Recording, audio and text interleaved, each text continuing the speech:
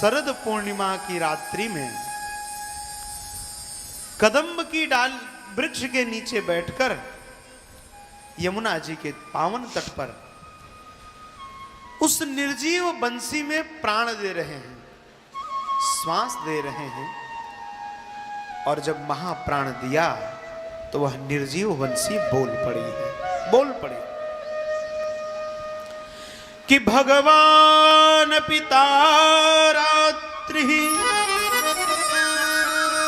शरदोत्फुल्ल मल्लिका बिक्षरन्तुं मनश्चक्रे योगमायामुपाश्रितः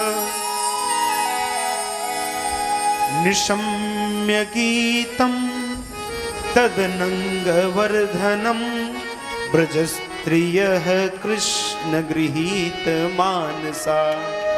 देखो भागवत जी का श्लोक कितना प्रेम से गा सकते हैं। निशम्य गीतम तदनंगवर्धनम ब्रजस्त्रियः कृष्ण गृहीत मानसा।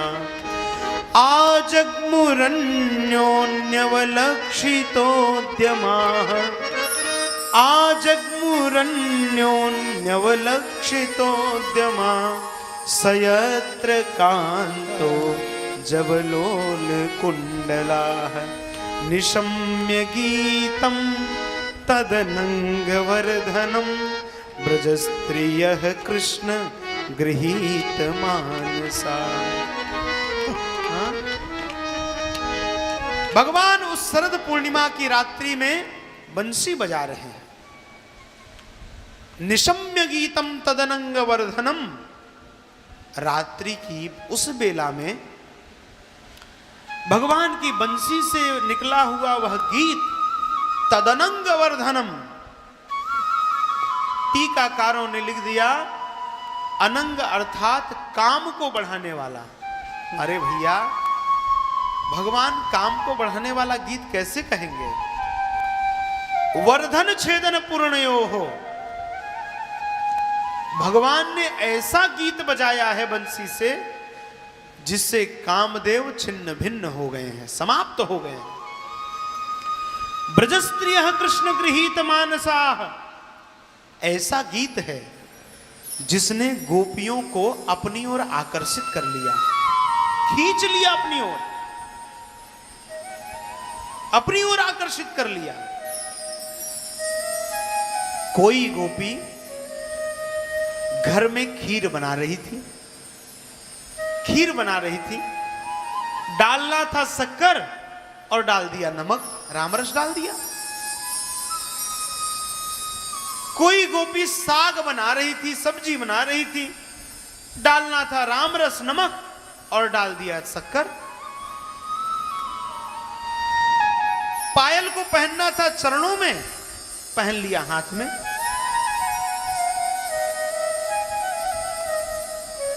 बेसुध हो गई गोपिका। ये वेणु क्या है। वम विषयानंदम इम ब्रह्मानंदम तौ अणु अणुम करोति सब वेणु।